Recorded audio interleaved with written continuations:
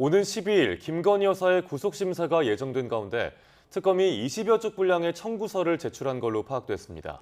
특검은 영장 청구서의 절반가량을 도이치모터스 주가 조작 사건에 할애했습니다. 권준수 기자가 보도합니다. 김건희 여사를 불러 조사한 지 하루 만에 신병 확보에 나선 특검은 20여 쪽 분량의 청구서를 제출했습니다. 도이치모터스 주가 조작 사건과 공천 개입 의혹 그리고 건진법사 청탁과 관련된 혐의가 적시됐는데 도이치모터스 주가 조작 의혹 관련 혐의 소명에 가장 많은 분량을 할애한 것으로 파악됐습니다. 특검은 특히 법원이 공소시효가 지났다며 면소 판단을 한 시기에 대해서도 영장에 상세히 적시한 것으로 전해졌습니다.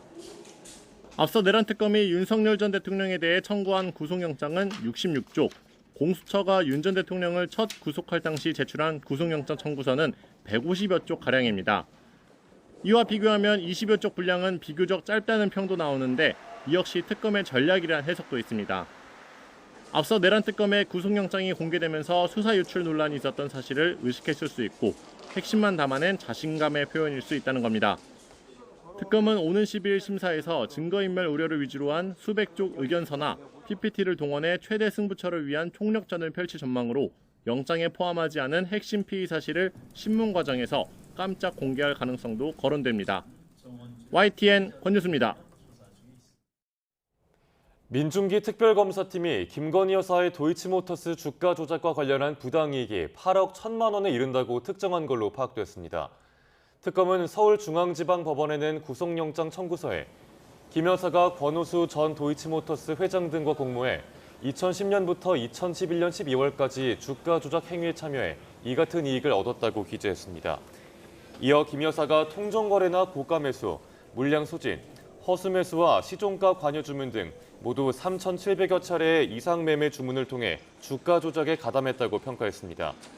특검은 또 건진법사 의혹과 관련해 윤영호 전 통일교 세계본부장이 권성동 국민의힘 의원에게 통일교 정책을 추진해주는 대가로 윤 전 대통령 선거를 돕겠다고 제안했다고도 적은 걸로 전해졌습니다. 김건희 여사 소환 하루 만에 신병 확보에 돌입한 민중기 특검팀이 이번 문제도 거론하며 구속 필요성을 강조한 걸로 파악됐습니다. 반면 김 여사 측은 의료진 소견서 등을 토대로 특검 측 주장을 반박할 것으로 전망되는데요. 다가오는 영장 심사의 쟁점은 김철희 기자가 정리했습니다. 20여 쪽 분량의 구속영장 청구서에서 김건희 특별검사팀은 도주 우려를 근거 가운데 하나로 들었습니다. 김 여사가 지난 6월 우울증으로 입원해 2주가량 병원에 머물렀던 걸 거론한 건데 신병 확보가 이루어지지 않으면 이번에도 입원을 통해 수사를 회피할 수도 있다는 취지의 내용을 영장에 적시한 거로 알려졌습니다. 반면 김건희 여사 측은 실제로 건강 문제가 심각하다고 맞서고 있습니다. 음식 섭취가 어려워 영양 부족으로 인한 어지럼증을 자주 느낀다는 주장으로 이를 뒷받침할 의사 소견서나 진단서 역시 재판부에 제출할 전망입니다. 측근을 통한 증거인멸 우려 역시 쟁점입니다. 최근 특검은 김 여사 소환을 앞두고 건진법사 청탁에 연루된 전직 대통령실 행정관들을 잇따라 조사했는데 샤넬백 2개 다른 물건으로 교환한 거 맞으세요? 김 여사가 사실 알고 있었나요? 건희2 번호로 전성배 씨가 인사청탁 문자 보낸 거 맞나요? 이력서 보내라고 답장하신 이유가 뭔가요? 김 여사가 이들과 여전히 소통을 이어가고 있는 점을 부각하며 증거인멸을 모의할 우려가 있다는 주장을 전개할 거로 보입니다. 이 밖에도 뒤바뀐 공범 진술이나 새롭게 확보한 녹취 파일 등도 근거로 제시될 거로 보이는 가운데 혐의를 완강히 부인하는 김 여사 측은 물증이 없는 무리한 수사란 점을 집중적으로 파고들 예정입니다. 부부를 함께 구속하는 사례가 희박하다는 점 역시 쟁점이 될 가능성이 큰데 법원 판단에 따라 전직 대통령 부부가 동시에 구속되는 첫 사례가 나올지 판가름 날 전망입니다. YTN 김철입니다. 법원이 도이치모터스 주가 조작 사건 당시 김건희 여사의 계좌를 관리했던 것으로 알려진 이종호 전 블랙펄 인베스트먼트 대표에 대한 구속을 유지하기로 했습니다. 서울중앙지방법원은 어제 이 전 대표가 청구한 구속 적부심을 진행한 뒤 기각 결정했습니다. 앞서 이 전 대표는 도이치모터스 주가 조작 주포인 이정필 씨에게 재판 청탁을 해주겠다며 8천만 원을 받은 혐의로 김건희 특별검사에 의해 구속됐습니다. 윤석열 전 대통령에 대한 체포영장 집행이 2차례 무산된 가운데 특검이 대응 방향을 고심하고 있습니다. 김건희 특검팀 문홍주 특검보는 어제 정례 브리핑에서 체포영장 집행 과정에서 나온 여러 논점을 두루 살펴보면서 재청구 여부를 고민하고 있다고 밝혔습니다. 체포영장을 청구하지 않고 기소하는 것도 고려하느냐는 질문에 문 특검보는 여러 방법 중 하나로 고려 중이라고 답변했습니다. 윤석열 전 대통령 측이 특검의 체포영장 재집행과 관련해 노골적인 정치 보복이라며 모든 법전 수단을 동원해 대응하겠다고 밝혔습니다. 윤 전 대통령 변호인단은 어제 입장문을 통해 특검이 물리력을 행사해 체포영장을 집행하겠다고 공언한 상태에서 구치소에 협조 지시를 내린 법무부 장관은 불법 행위의 공범이라고 주장했습니다. 그러면서 특검과 구치소의 직접적인 행위가 형법상 불법 체포, 감금죄, 직권남용죄 등에 해당한다고 설명했습니다. 다음 주 윤 전 대통령 내란 우두머리 혐의 재판과 김건희 여사 구속영장 심사가 예정된 가운데 법원이 청사 보안 강화에 나섭니다. 서울법원 종합청사는 윤 전 대통령 재판이 열리는 오는 11일 청사 북문을 폐쇄하고 법원 출입 시에 강화된 보안 검색을 실시할 계획입니다. 또 법원 경내에서의 집회나 시위가 전면 금지되고 관련 물품을 소지한 경우엔 출입이 제한될 수 있습니다. 김 여사 구속영장 심사가 잡혀있는 오는 12일에도 법원은 같은 조치를 적용할 방침입니다. 내란에 적극적으로 가담한 혐의를 받는 이상민 전 행정안전부 장관의 구속에 적법했다는 법원의 판단이 나왔습니다. 서울중앙지방법원은 어제 이 전 장관 측이 청구한 구속 적부 심사 청구를 기각했습니다. 재판부는 이 전 장관에 대한 구속에 법규를 위반했다고 볼 만한 자료가 없고 증거인멸에 염려가 있어 계속 구금할 필요가 있다고 판단했습니다. 이에 따라 지난 1일 발부된 이 전 장관의 구속영장 효력은 그대로 유지됩니다. 더불어민주당 신임 지도부가 호남을 찾아 광주 5.18 민주묘지를 참배하고 현장 최고위원회의를 열었습니다. 정청래 대표가 취임하고 일주일 새 벌써 2번째 호남 방문입니다. 김다현 기자가 보도합니다. 정청래 대표를 필두로 한 더불어민주당 신임 지도부가 광주 5.18 민주묘지를 찾았습니다. 정 대표는 12.3 계엄이 성공했다면 이재명 대통령도 불귀의 객이 됐을 거라며 광주 영령 뜻대로 대한민국 법대로 내란 세력을 척결하겠다고 말했습니다. 단죄하지 못한다면 언제 또다시 윤석열과 같은 짐승과도 같은 그런 독재자가 다시 나타나서 대한민국의 헌법과 민주주의를 유린할지 모릅니다. 전남 무안에서 열린 첫 현장 최고위원회에서는 호남 없이는 민주당도 민주주의의 역사도 존재할 수 없다고 추켜 세웠습니다. 특별한 희생에 특별한 보상이 이루어졌는지 민주당이 답할 때라면서 서삼석 최고위원을 위원장으로 한 호남발전투기를 통해 수건 사업을 해결해 나가겠다고 밝혔습니다. 전남의 오랜 수건인 의료 인프라 확충, 첨단 산업 육성, 에너지 환경 선도 사업 등을 강력하게 추진하겠습니다. 새 지도부의 첫 현장 회의인데다 지도부가 열심히 호남 구애를 외쳤지만 정작 광주 전남 소속 의원들은 거의 없었는데 정청래 대표는 불참 사유를 보고하라고 불쾌함을 감추지 않았습니다. 광주 전남 소속 국회의원들은 다 어디 갔어요? 이렇게 하시면 안 됩니다. 지도부는 무안 수해 현장을 찾아 피해 주민 목소리까지 들었습니다.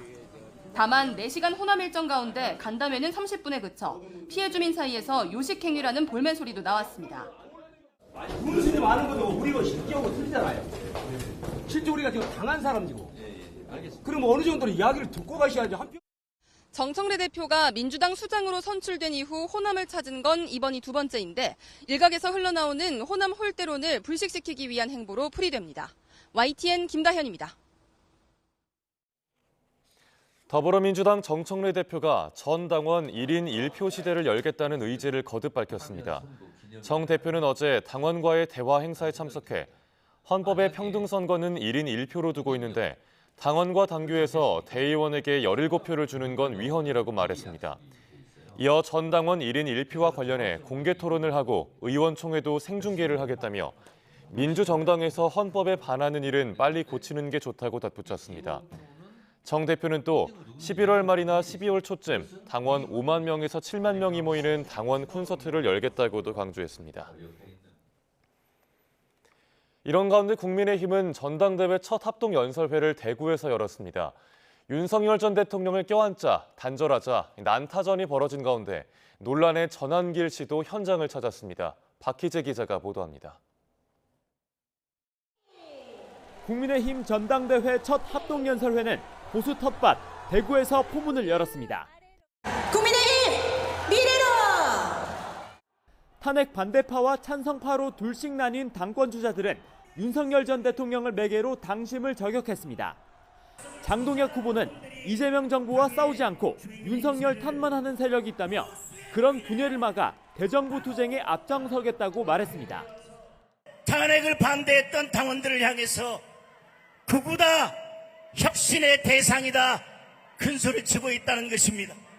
더 이상의 분열을 막고 이재명을 다시 재판정에 세우겠습니다.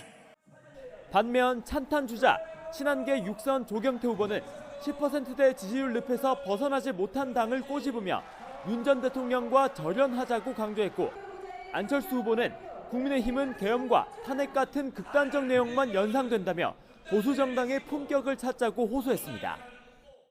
우리 당은 정신 차리지 못하고 있습니다. 윤 의견을 외치는 자들을 몰아내지 못하고 있습니다. 극단주의자들이 무슨 짓을 해도 대구 경북은 밀어준다는 이 속내를 이번 전당대회에서 반드시 심판해 주십시오. 다만 1강으로 꼽히는 김문수 후보는 윤 전 대통령을 전혀 언급하지 않았습니다.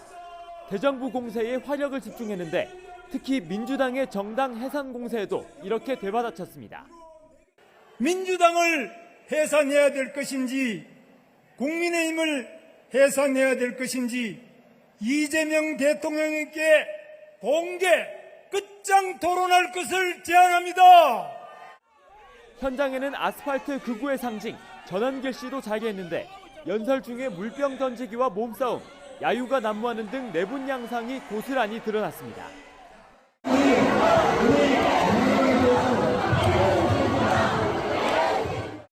보수의 심장 대구의 첫 단추부터 화끈한 대결 구도가 형성됐습니다. 오는 22일 전당대회까지 당권 주자들은 합동 연설회와 TV 토론회를 3차례씩 진행합니다. YTN 박희재입니다. 국민의힘이 남은 전당대회 일정에 전환길 씨를 포함해 대의원 자격이 없는 인사의 출입을 금지하기로 했습니다. 송원석 비상대책위원장 겸 원내대표는 어제 긴급 지시사항을 통해 축제장이 돼야 할 전당대회를 분열과 갈등의 장으로 만들 걸 엄중하게 경고한다며 이같이 밝혔습니다. 이어 당 선거관리위원회와 중앙당, 시도당에 대해서도 원만한 전당대회 진행을 위한 각별한 유의를 당부했습니다. 전 씨는 어제 열린 대구 경북 합동연설회에 전환길 뉴스 발행인 자격으로 기자석에 앉아 이른바 탄핵 반대파 후보에게는 지지를, 찬성파 후보를 향해서는 야유를 보냈고 이는 지지자 사이의 충돌로 이어지기도 했습니다. 조국 전 조국혁신당 대표가 사실상 사면 수순에 들어갔지만 민주당은 정치적 파장을 의식한 듯 관련 언급을 최소화하고 있습니다. 국민의힘은 조 전 대표가 독립운동을 한 것도 아닌데 광복절에 왜 풀어주려 하느냐며 사면 반대 맹폭을 이어갔습니다. 보도에 강민경 기자입니다. 민주당 안팎에선 사면 초읽기에 들어간 조국 전 조국혁신당 대표에 대한 언급을 자제하는 분위기가 역력합니다. 호남에 내려간 지도부는 아예 이름조차 꺼내지 않았고 상당수 의원도 사면은 대통령의 고유 권한이라는 원론적 답변만 반복하고 있습니다. 일부 강경파만 정치 검찰의 피해자란 프레임을 부각하고 있습니다. 그 희생자에 대해서 이제 세상이 바뀌고 내란을 끝내야 되는 상황에서 보면 저는 상징적인 의미가 크게 있다고 봐요. 조 전 대표가 명실상부한 법력권의 간판급 인사고 사면을 촉구하는 지지층 요구도 적지 않다는 점을 고려하면 다소 이례적입니다. 과거 민주당이 조국 사태로 불리는 극심한 홍역을 알았던 만큼 여론의 추이를 예의주시하는 걸로 해석됩니다. 동시에 정청래 호에 쏠려야 할 관심을 조 전 대표가 앗아갈 수 있다는 점과 조국혁신당이 내년 지방선거의 복병이 될 가능성까지 더해지면서 유불리 계산기를 두드리는 기색이 역력합니다. 국민의힘은 최악의 정치 사면이라며 파상 공세를 퍼부었습니다. 지난 대선 때 후보를 내지 않고 도와준 혁신당의 대선 청구서에 이재명 대통령이 휘둘린다고 비판했습니다. 형기의 절반도 채우지 않은 조 전 대표를 굳이 광복절에 풀어주느냐는 날선 발언도 나왔습니다. 구속 수감된 지 이제 겨우 7개월이 지났습니다. 조국 전 대표가 독립운동을 했습니까? 민주화 운동을 하다가 감옥에 갔습니까? 사면 대상의 정경심 전 교수와 위안군 피해자 후원금 횡령 의혹으로 집행유예를 선고받은 윤미향 전 의원이 올랐다는 점도 공격 포인트입니다. 주식 차명거래 의혹으로 제명된 이춘석 의원까지 묶어 진보 진영의 도덕 불감증으로 전선을 확대하려는 분위기입니다. 계엄의 강을 넘지 못한 국민의힘이 광복절 특사를 기점으로 조국의 강을 다시 소환해 전국 주도권을 탈환하려 한다는 해석이 나옵니다. YTN 강민경입니다. 이춘석 의원의 주식 차명거래 의혹 여파가 잦아들지 않고 있습니다. 국민의힘은 국정기획위원회 게이트로 규정하고 화력을 집중하고 있는데 민주당은 의원직 제명 가능성을 시사하는 동시에 권성동 의원 징계안을 내며 역공에 나섰습니다. 윤웅성 기자입니다. 이춘석 게이트 특검 도입하라. 특검법을 발의한 국민의힘은 현수막까지 새로 내걸고 이춘석 때리기 총력전에 나섰습니다. 이춘석 의원은 빙산의 일각이라면서 이재명 정부의 인수위격인 국정기획위원회를 정주준했습니다. 사익을 위해 정책 수립에 관여했거나 미공개 정보로 시세 차익을 노렸다면 조직적 주가 조작 범죄라고 직격했습니다. 특히 국정위가 띄운 인공지능, AI 정책 관련 주가는 최대 62%까지 급등했다면서 다른 국정위원회 관계자들은 연관이 없나 결백하다면 전수조사하자고 압박했습니다. 가장 악질적인 형태의 권력형 금융범죄이자 정권 핵심자들이 주도한 이재명 정권 권력형 금융범죄 게이트의 서막입니다. 민주당은 여론 달래기에 나섰습니다. 자진 탈당한 이춘석 의원에 대해 제명 초강수를 뒀는데도 논란이 가라앉지 않자 국회의원직 박탈 가능성까지 시사했습니다. 그 수사 결과의 내용에 따라서는 의원직 제명까지 당연히 갈 수 있는. 하지만 야당이 요구한 특검과 차명재산 전수조사에는 응할 뜻이 없다고 분명히 했습니다. 민주당 원내 핵심 관계자는 YTN에 국민의힘의 의혹 제기는 정치적 공세에 불과하다고 일축했습니다. 선긋기에 이어 역공에도 나섰습니다. 민주당은 통일교에서 금품을 수수했다는 의혹이 불거진 국민의힘 권성동 의원 징계안을 국회에 냈습니다. 또 필요하면 특검 조사 대상을 확대하는 법안도 발의하겠다고 엄포를 놨습니다. 그래서 윤석열 그 당시 후보의 대선 자금으로 쓰였다는 그 의혹까지 확대되는 것이어서 이게 그 작은 사안이 절대 아니다. 여전히 당내 계엄과 탄핵 찬반 논쟁으로 수세에 몰린 국민의힘은 이춘석 사태를 계기로 공수 전환을 노리는데 민주당은 제명 징계에 되치기로 맞서고 있습니다.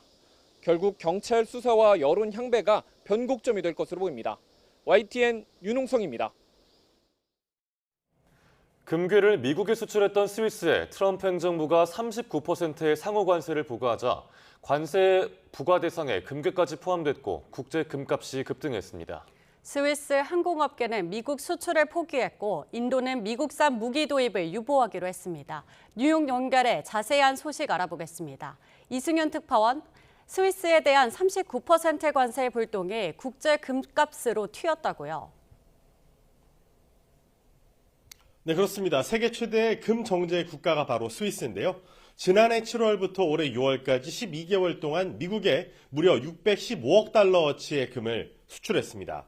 그런데 스위스가 39%의 고율의 관세를 얻어맞자 미국 세관 국경보호국 CBP가 1kg 무게의 금괴와 3.1kg 무게의 금괴를 관세 부과 대상으로 분류했다고 밝혔습니다.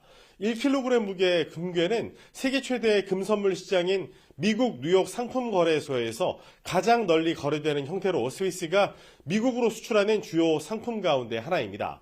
이로 인해 뉴욕 상품거래소에서 12월 인도분 금 선물 가격은 장중 온스당 3,534.1달러까지 상승해 역대 최고가를 기록했습니다. 월가에서도 금강 관련 상장 지수 펀드인 베네크 골드마이너스 ETF가 1% 올라 52주 만에 최고치를 경신했습니다. 경제 전문가들은 금괴는 빙산의 일각일 수 있다며 앞으로 관세의 불똥이 어디로 튈지 지켜봐야 한다는 입장인데요. 직접 들어보시죠. And while we still have quite a bit of negotiating to do country by country, they are enacted. And so that is going to weigh on different aspects of the market, the supply chain, pricing. 그런데 인도는 보복 조치에 나섰고 스위스 기업들은 비상 경영에 돌입하는 등 세계 각국이 트럼프 행정부 관세에 대응하느라 분주해졌다고요?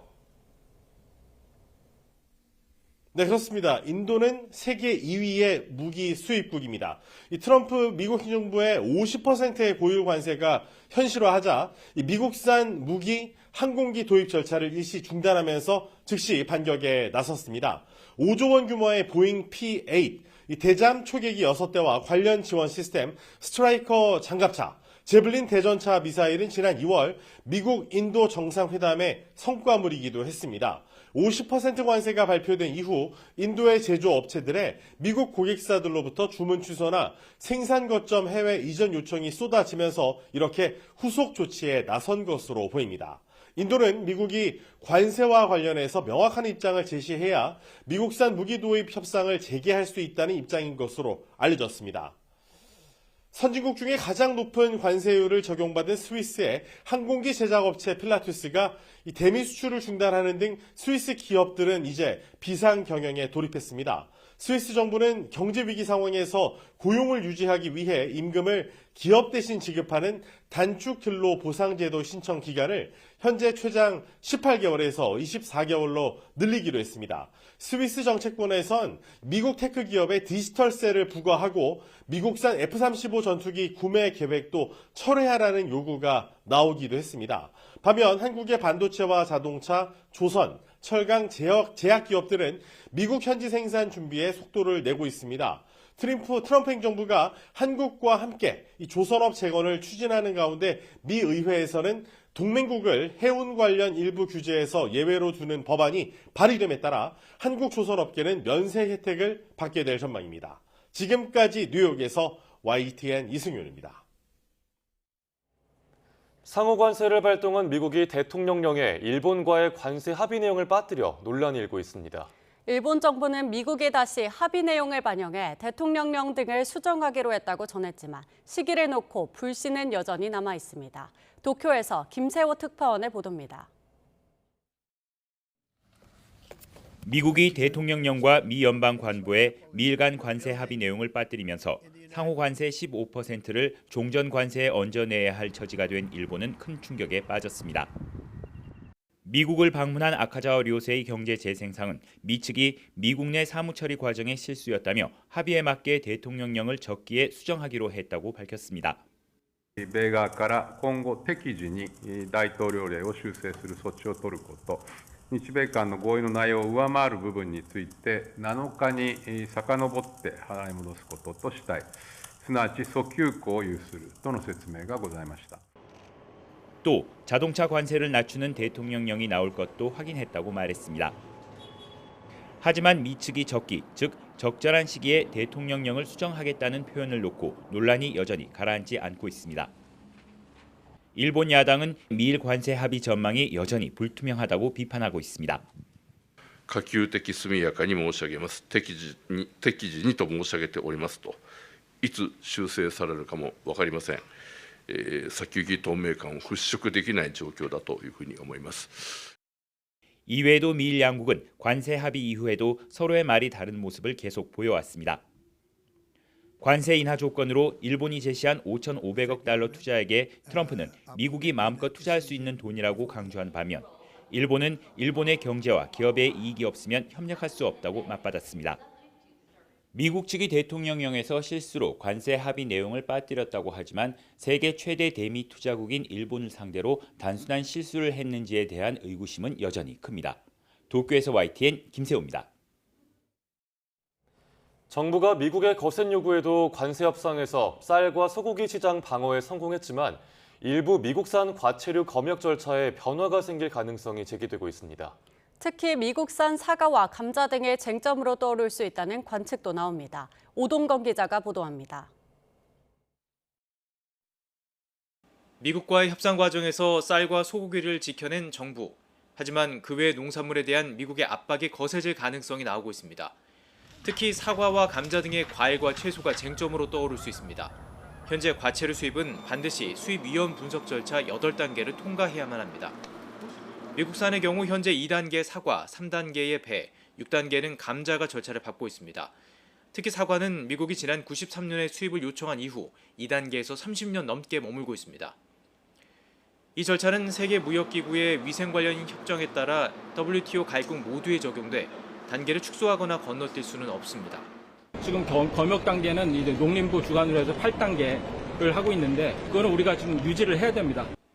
현재 검역 절차를 끝내고 수입되는 미국산은 레몬, 포도, 만다린, 멜론 등으로 품종을 기준으로 보면 대부분 우리나라에서 생산이 어려운 과일입니다. 그런데 최근 양국 정부가 미국산 과체류 등 농산물 신규 수입을 승인하는 절차를 전담할 데스크를 세우는 등 소통을 강화하기로 하면서 미국 농산물이 빠르게 수입될 수 있다는 전망이 나오고 있습니다. 미국 측 입장에서 봤을 때는 검역 관련돼서 너무 시간이 오래 걸리고 일종의 좀 복잡하다는 생각도 하고 있어서 그런 부분에 대해서 협력을 강화하자는 취지에서 저희가 데스크를 한다는 말씀을 분명히 드립니다. 소통이 강화되면 단계마다 들어가는 소요 시간이 줄어 수입의 속도가 붙을 수 있기 때문입니다. 사과의 경우 우리 국민이 가장 선호하는 과일로 지금까지는 수입산이 국내에 자리 잡은 적이 없습니다.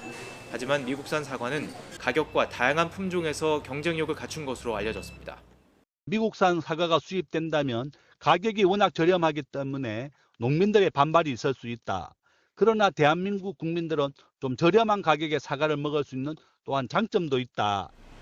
만약 사과 등 미국산 과일이 검역 절차를 끝내고 본격 상륙하게 된다면 국내 과일 시장에 적지 않은 변화가 예상됩니다. YTN 오동건입니다.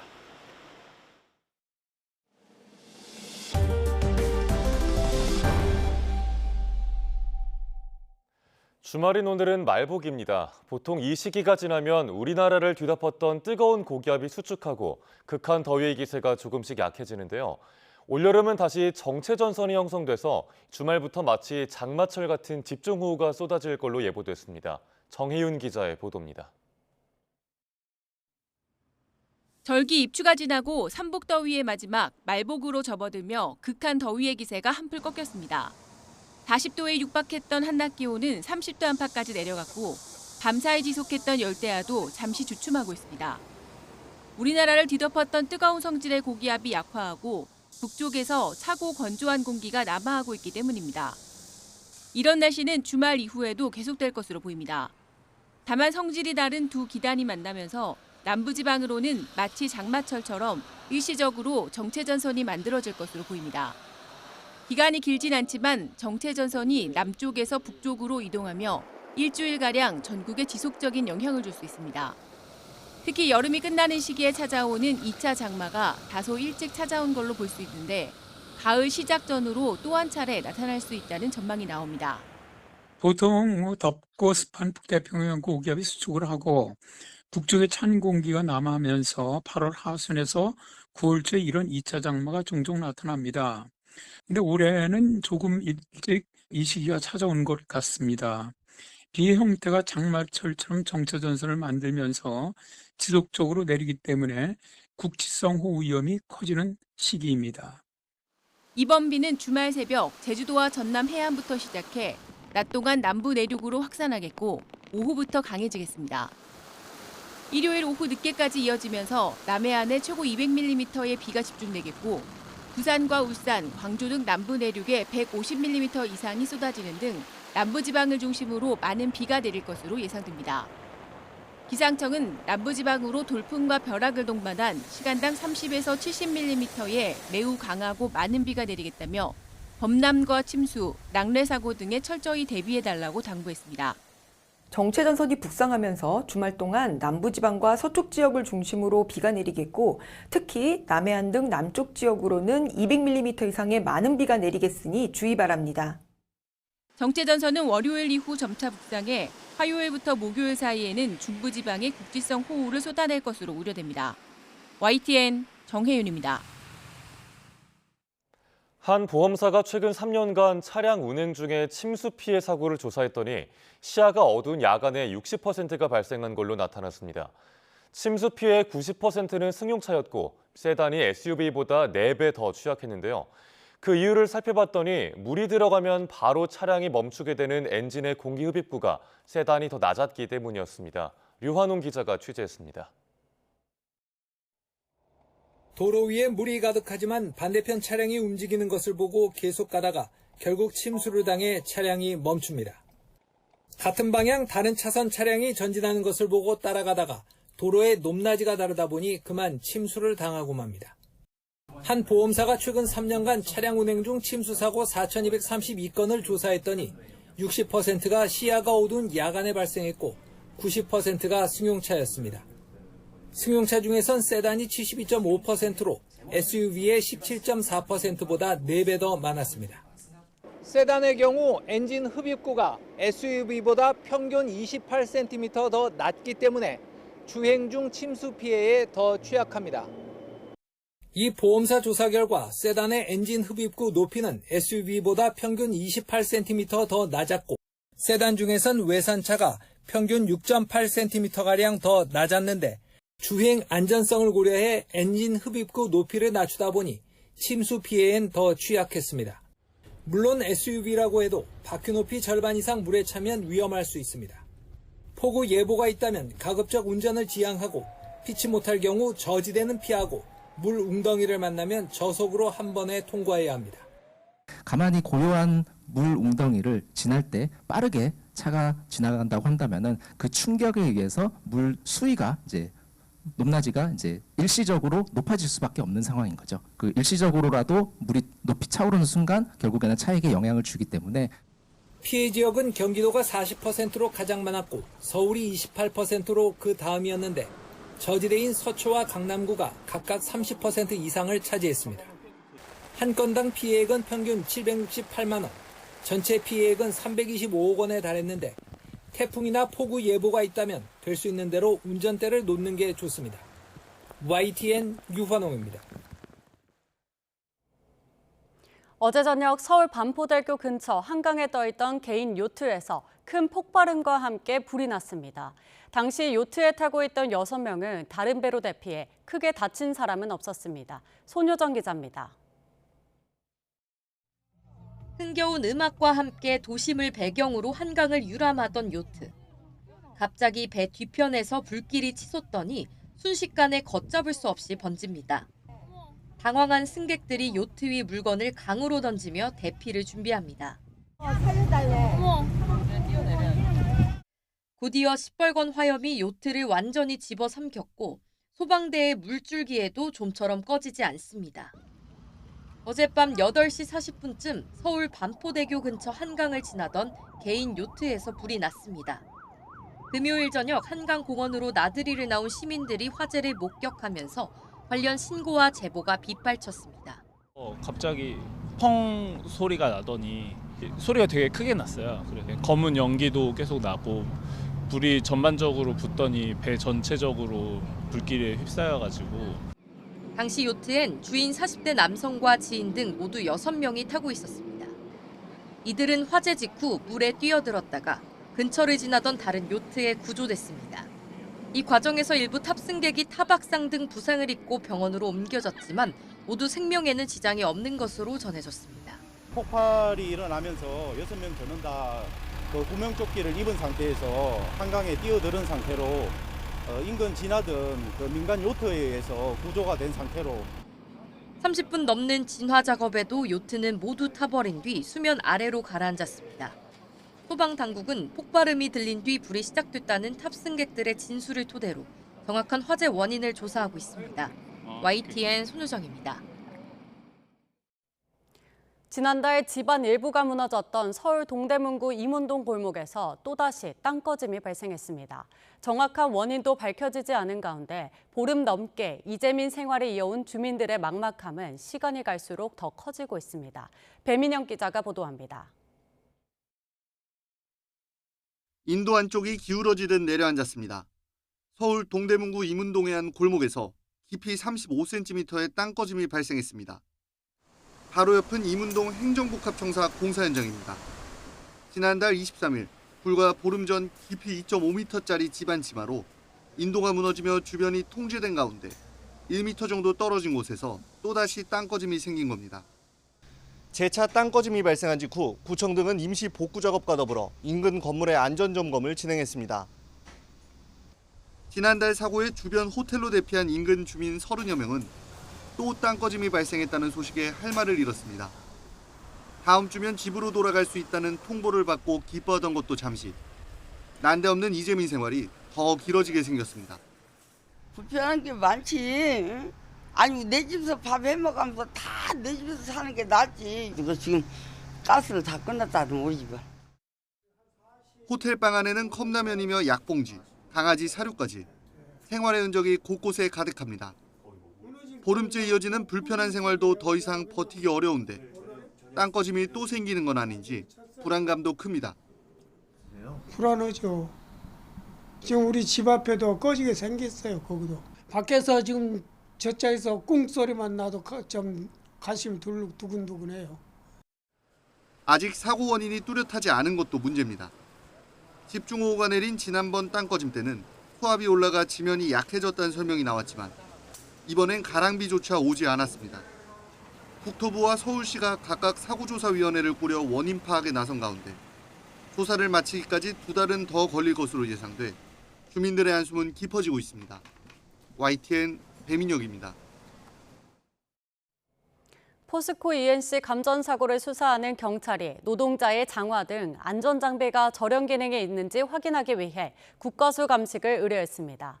경찰은 사고 당시 현장의 전력이 차단되지 않았던 것과 관련해서도 조사에 나섰습니다. 유서영 기자가 보도합니다. 경찰이 포스코 ENC 광명 서울 고속도로 공사 현장에서 감전 사고를 당한 30대 이주 노동자의 안전장비를 국립과학수사연구원에 보냈습니다. 사고 당시 착용한 것으로 보이는 장갑과 장화인데 실제 절연 기능이 있는지 정밀 감식에 들어갈 예정입니다. 현재 의식불명 상태인 사고 노동자의 착용 장비는 포스코 측의 과실 여부를 가릴 주요 단서로 꼽힙니다. 산업안전보건규칙상 사업주는 감전 위험 작업 노동자에게 절연용 보호구를 지급하고 착용하도록 해야 하기 때문입니다. 지금까지 경찰 조사에서는 일반 목장갑이 지급됐다는 현장 노동자 진술이 나왔습니다. 경찰 관계자는 사고 노동자가 착용한 것으로 추정되는 장갑 역시 시중에서 흔히 볼 수 있는 일부가 붉은색으로 코팅된 목장갑이었다고 설명했습니다. 경찰은 사고 당시 전력이 차단되지 않은 이유도 집중적으로 들여다보고 있습니다. 당시 물웅덩이에 설치된 양수기에 문제가 생겨 조치하던 상황이었는데 전원을 끄지 않았다는 진술이 나온 겁니다. 전원을 차단하고 접근하는 거 내전에 분명히 있고요. 네. 그 당시 상황은 전원을 차단했나요, 그러면? 전원을 차단 안 한 걸로 알고 있습니다. 네. 이에 따라 경찰은 현장에서 관련 매뉴얼을 지키지 않았는지 감전 방지용 누전 차단기가 고장났는지 등을 조사 중입니다. 전담반까지 꾸린 경찰이 수사에 속도를 내는 가운데 국토교통부를 비롯한 관련 부처는 포스코 ENC에 대한 건설 면허 취소 등이 실제 가능할지 내부 검토에 착수했습니다. YTN 유서연입니다. 최근 스토킹, 교제폭력 등 특정한 관계를 바탕으로 반복되는 이른바 관계성 범죄가 잇따르자 경찰이 신고 접수 단계부터 대응을 강화하고 나섰습니다. 단순한 말다툼 등 신고 당시 위험성이 낮아 보여도 관계성 범죄로 분류하고 지속 관찰하는 등 적극 대응한다는 방침입니다. 표정우 기자의 보도입니다. 지난달 말 서울 가리봉동에서 함께 살던 연인에게 살해당한 여성은 과거 2차례 경찰에 도움을 요청했습니다.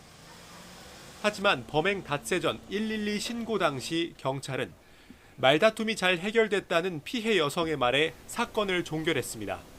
2년 전에도 경찰은 신고를 받고 출동해 교제폭력 사실을 확인했지만 관계성 범죄 관리 시스템에 따로 등록하지 않았습니다. 범행 저지른 이유가 무엇인가요? 피해자가 사망할 수 있다는 거 인지하셨나요? 이제 못하죠. 첫 신고부터 적극 대응하고 지속 관리했어야 한다는 지적이 잇따른 가운데 경찰이 112 신고 단계부터 대응을 강화하기로 했습니다. 서울경찰청은 단순 말다툼 신고나 과거에 입은 피해를 상담하는 경우 등 현재 위험성이 낮은 경우라도 관계성 범죄로 지정하도록 일선 경찰서에 지시했습니다. 관계성 범죄로 분류되지 않은 경우 경찰이 나중에 피해자에게 연락해 상황 변화나 추가 피해 여부를 확인하는 등 지속적인 관리가 어렵기 때문입니다. 또 단순 상담 등 경찰이 직접 출동하지 않은 경우라도 접수 단계에서 관계성 범죄인지 적극 확인하고 신고 당시 관계성 범죄로 분류되지 않았더라도 수사 과정에서 관련 범죄로 확인되면 반드시 관계성 범죄로 지정해 사후 관리가 가능하게 하라고 지시했습니다. 전문가들도 스토킹 범죄는 범행 초기부터 적극 대응하고 지속 관리할 필요가 있다고 지적합니다. 스토킹 처벌법 위반으로 교정시설에 수감된 112명을 분석한 결과 이별을 받아들이지 못하고 집착하는 이른바 거절형 스토커가 76명으로 가장 많았는데 이들 중 71%는 1년 이상 스토킹을 지속했고 61%는 전화나 문자에서 점차 위협과 폭력을 동반하는 등 시간이 갈수록 범행 수위가 높아졌습니다. 관계를 소유로 생각하고 거기에 집착과 폭력을 드러내는 방식들이 충족될 때까지 나름의 의사소통을 시도하는 것으로 이해할 수 있거든요. 욕구가 충족될 때까지 자신만의 일방적 의사소통을 시도할 수밖에 없는. 또 이들의 절반 이상이 접근 금지 등 보호 조치를 위반한 경험이 있는 것으로 조사됐는데 최근 경찰이 가해자에 대한 순찰 강화 등 새롭게 내놓은 대책이 얼마나 효과가 있을지도 관심입니다. YTN 표정호입니다.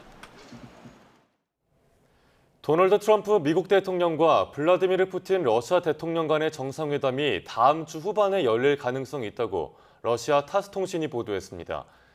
트럼프 대통령이 최근 미러 정상회담 조기 개최 가능성을 거론한 상황에서 미국의 친트럼프 매체인 폭스뉴스는 회담이 이르면 11일 열릴 것이며 장소로는 로마가 거론되고 있다고 전했는데 타스 통신은 그보다 좀 더 늦은 시기에 개최될 가능성을 거론했습니다. 트럼프 대통령은 지난 6일 러시아와 우크라이나 정상을 언제 만날 거냐는 취재진 질문에 회담이 매우 조기에 있을 가능성이 상당하다고 답했습니다. 이어 유리 우샤코프 크렘린궁 외교정책 보좌관은 지난 7일 정상회담에 대한 미국 측 제안에 동의한다고 밝히고 구체적 준비를 위한 논의가 양국 간에 진행되고 있다고 밝혔습니다. 이스라엘 정부가 가자지구, 가자시티에 대한 완전 점령 계획을 승인한 뒤 국내외에서 역풍이 거셉니다. 이스라엘에서는 당장 전쟁을 중단하라는 시위가 이어졌고 유엔 안보리는 긴급회의를 소집해 이 문제를 논의하기로 했습니다. 이경화 기자의 보도입니다. Will Israel take control of all of Gaza? We intend to, in order to assure our security, remove Hamas there. 베냐민 네타냐후 총리의 발언 이후 이스라엘 내각은 가자시티 점령 계획을 승인했습니다. 이런 정부 입장에 여론은 들끓었습니다. This war is a political war. The only person that benefits from this war is Benjamin Netanyahu that's trying to avoid jail. To continue the war is a disaster for the Palestinians and for us Israelis as well. 심각한 기근에 이어 군사작전까지 가자지구 전역으로 확산하면 주민 생명은 더 위태로워집니다. It is obvious that Netanyahu is not interested in any compromise and he wants to continue the ethnic cleansing and the war of genocide. 유럽연합뿐 아니라 영국과 캐나다 등 주요국은 이스라엘을 강력히 비판하고 있습니다. 이스라엘에 미국 다음으로 많은 무기를 공급해온 독일은 군사장비 수출 승인을 중단하기로 했습니다. 유엔은 곧 안보리 긴급회의를 소집해 위기의 가자지구 문제를 논의합니다. The decision marks a dangerous escalation and risks deepening the already catastrophic consequences for millions of Palestinians. 국제사회의 거센 비난 속에도 미국은 이스라엘의 군사작전 결정을 묵인하고 있습니다. 트럼프 대통령은 이스라엘이 스스로 방어할 권리가 있고 어떤 방법을 택할지도 결정할 수 있다는 입장이라고 주 이스라엘 미국 대사가 밝혔습니다. YTN 이경아입니다. 중국에서 승객을 태운 무인 자율주행 택시가 3m 깊이의 구덩이에 빠지는 사고가 났습니다. 누적 안전주행거리가 1억 7천만 킬로미터라고 자랑하던 기종인데 안전성엔 물음표가 따라붙게 됐습니다. 베이징 강정규 특파원입니다. 차 한 대가 옆으로 넘어진 채 구덩이에 처박혔습니다. 행인들이 탑승객을 구하러 문 손잡이를 당겨보지만 열리지 않습니다. 스스로 차에서 탈출한 여성은 구덩이 위에서 내려준 사다리를 타고 밖으로 빠져나옵니다.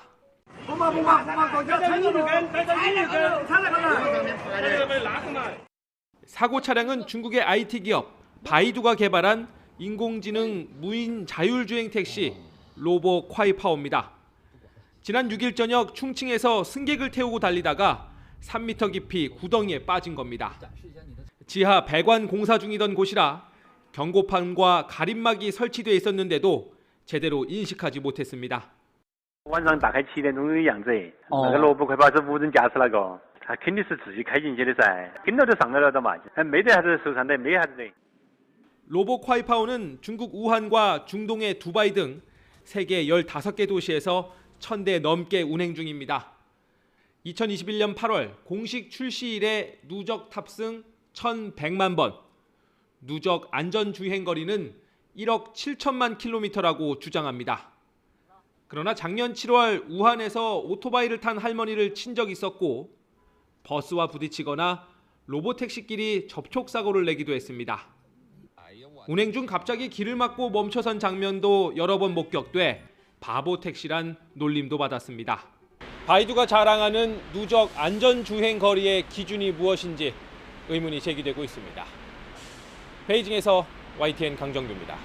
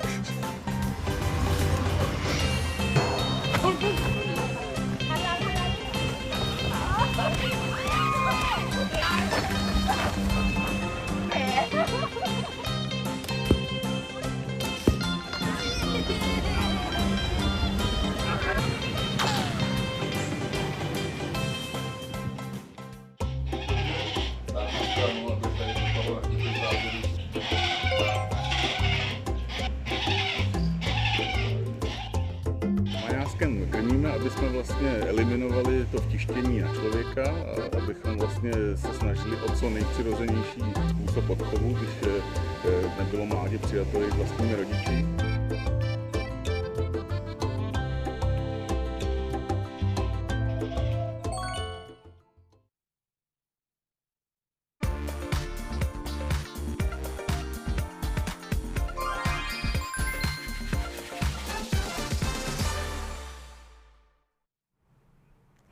이번 주도 피서 차량들로 고속도로 교통량이 증가하겠습니다. 물론 피서 절정기였던 지난주보다는 교통량이 덜하겠지만 이번 주도 휴가 차량들로 교통량이 증가하면서 평소보다 30-40분가량 더 필요하겠는데요. 너무 오랜 시간 운전은 졸음운전 유발할 수 있기 때문에 중간중간 쉬어가며 운전해 주시기 바랍니다. 벌써부터 강원권으로 향하는 노선은 정체가 길어졌습니다. 지금 60번 고속도로 정체 빠르게 증가하면서 양양 방향으로 강일부터 화도지나 서종까지 정체가 무려 20km대로 살펴지고 있고요. 52번 광주 원주간고속도로 원주 방향으로도 초월터널 진입 전부터 2km지만 아주 꽉 막히고 있는 상황입니다. 다행히 50번 영동고속도로 강릉 쪽의 정체는 아직 시작이 되진 않았는데요. 오늘 오전 11시경 경기권은 용인 부근, 또 강원권은 원주 부근에서 최대 정체가 나타날 것으로 보이고요. 현재 1번 경부고속도로는 부산 방향으로 시구간인 잠원 나들목 부근의 교통량이 많이 살펴지고, 오늘은 주말이기 때문에 한남대교와 신탄진 사이로 주말 버스 전용 차로제가 시행됩니다. 밤 9시까지는 1차로 쪽 잘 피해서 이동해 주시기 바랍니다. 또 지금 곳곳으로 비까지 내리고 있는데요. 이렇게 노면이 젖은 구간들이 많습니다. 오늘 남부지방은 최대 200mm까지 내려가는 곳이 있기 때문에 빗길 안전운전도 신경 써주시기 바랍니다. 전방 주시 잘해주시고요. 고속도로 교통방송이었습니다.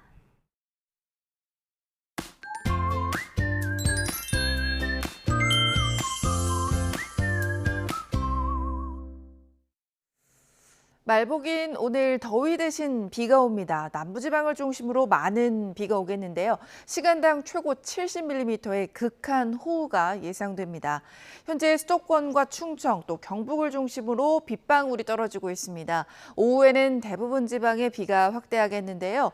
중부지방은 비의 양이 적겠지만 내일까지 남해안에는 200mm 이상, 그 밖에 남부에도 100에서 150mm 이상의 많은 비가 예상됩니다.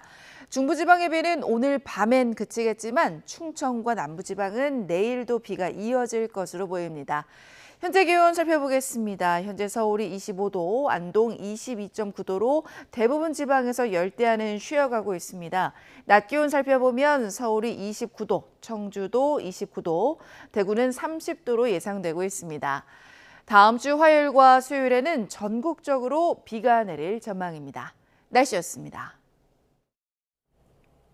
뉴스타트 2부 마칩니다. 잠시 후 3부가 이어집니다. 시청해주신 여러분 고맙습니다.